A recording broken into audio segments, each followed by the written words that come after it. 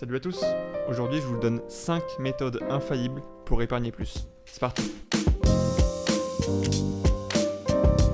Et oui, parce que sur cette chaîne, je vous apprends à investir, mais pour investir, à la base, il faut quand même pouvoir y consacrer une certaine somme d'argent tous les mois. Avant de vous donner la première astuce, je vous conseille de vous demander pourquoi vous souhaitez épargner plus. À titre personnel, mon objectif est de mettre de côté un maximum de mes revenus, investir tout cet argent que je mets de côté pour me construire un patrimoine financier solide dans le but d'être libre financièrement le plus tôt possible. C'est-à-dire ne plus avoir besoin de travailler pour de l'argent, mais que mon argent travaille pour moi. C'est mon objectif. Car le temps que l'on a étant notre ressource la plus rare, je fais tout ce qui est en mon possible pour arrêter d'échanger celui-ci, donc ce temps, contre quelques milliers d'euros par mois. Lorsque vous aurez trouvé la réponse à cette question, de savoir pourquoi vous voulez épargner plus, vous pourrez vous fixer un objectif précis et modifier en conséquence vos priorités pour atteindre cet objectif plus ou moins ambitieux. Parce que oui, épargner plus, c'est souvent dépenser moins. Et ça, c'est pas très sexy, donc mieux vaut savoir pourquoi on se bat. Alors, mon premier conseil, c'est faites le tour de vos abonnements et essayez de garder l'essentiel. Car oui, aujourd'hui, on est dans une société de l'abonnement. Tout ce qu'on consomme se paye par l'abonnement. Netflix, Spotify, les salles de sport ou encore les parkings de ville.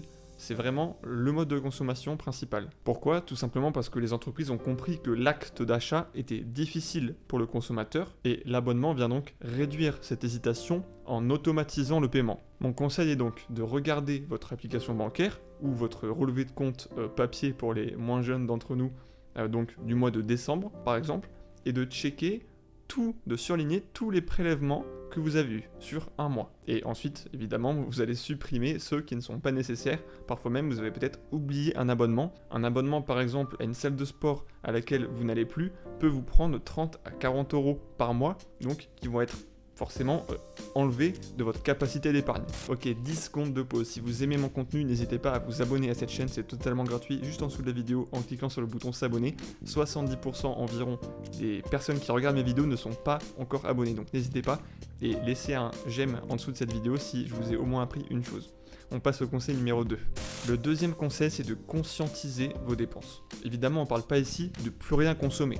Ça, c'est pas tenable. Mais ce vers quoi il faut tendre, c'est d'être conscient de chaque dépense que l'on va faire. Par exemple, si on prend le cas d'un achat de vêtements, le plaisir lié à l'achat va souvent être très bref. Donc, si c'est pour faire un achat réconfortant ou pour se faire un petit plaisir, entre regarder une série Netflix, manger un carré de chocolat, je dis n'importe quoi, aller voir des amis ou acheter une paire de chaussures à 200 euros sur un coup de tête, l'impact sur votre capacité d'épargne, évidemment, n'est pas du tout le même. Une petite astuce pour éviter ce genre d'achat compulsif, ces pulsions d'achat notamment en ligne, c'est de s'interdire de récupérer sa carte bancaire après 22h. Parce qu'en fait, tard dans la soirée ou même dans la nuit, on va avoir tendance à prendre des décisions qu'on n'aurait pas forcément prises en pleine journée par exemple. Bon, évidemment, pour que cette technique fonctionne, il ne faut pas sauvegarder votre carte dans les sites d'achat en ligne. Évidemment, sinon vous n'avez pas à aller la chercher. Et puis, en même temps, comme ça sera plus sécurisé. Donc faites d'une pierre deux coups, ne renseignez pas votre carte sur les sites en ligne. Ok, donc le troisième conseil, en fait, ça va être 2 petites astuces pour éviter la consommation impulsive. La première va concerner le poste d'alimentation, qui est une des charges fixes avec le loyer les plus élevés des particuliers. Mon conseil, ça va être de noter sur un papier ou sur votre téléphone tous les produits que vous comptez acheter pendant votre sortie aux courses. Tous.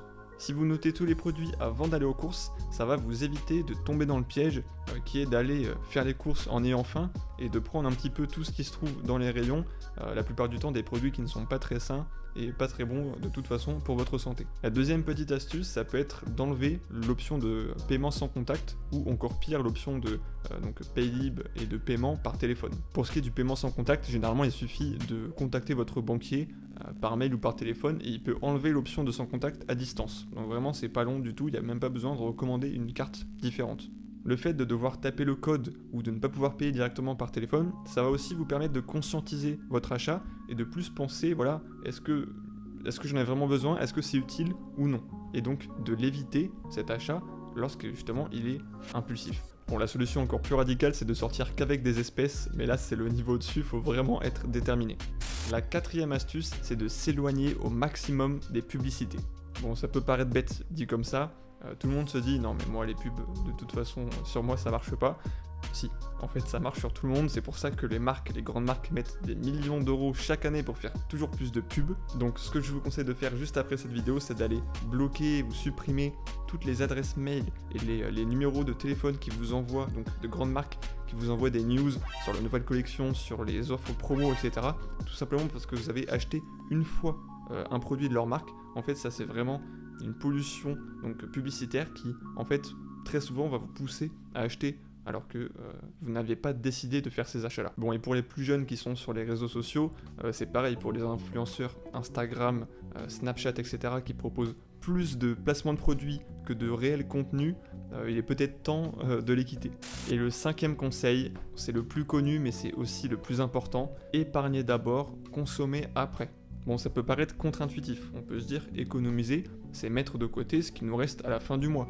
Sauf qu'en fait non, le plus efficace et de très très loin, c'est d'abord de mettre de côté une fois que vous avez votre paye et ensuite de gérer votre budget et vos achats avec ce qui vous reste. Cette technique elle va avoir un impact direct sur les 4 autres conseils que je vous ai donnés parce qu'elle va venir réduire à la source en fait la somme d'argent que vous pouvez utiliser et qui peut potentiellement partir en fumée. C'est vraiment le conseil le plus important. La meilleure chose à faire c'est donc de créer un virement programmé, ça peut se faire très simplement directement sur son application bancaire, de son compte courant vers un livret d'épargne par exemple.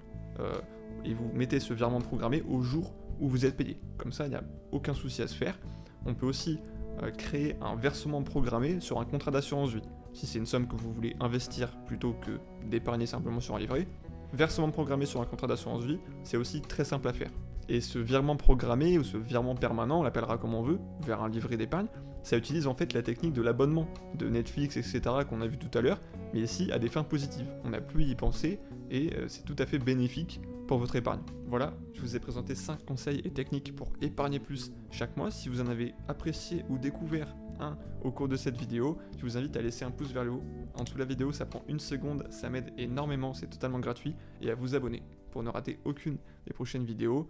D'ici là, très bonne journée, très bonne soirée, à samedi prochain. Salut!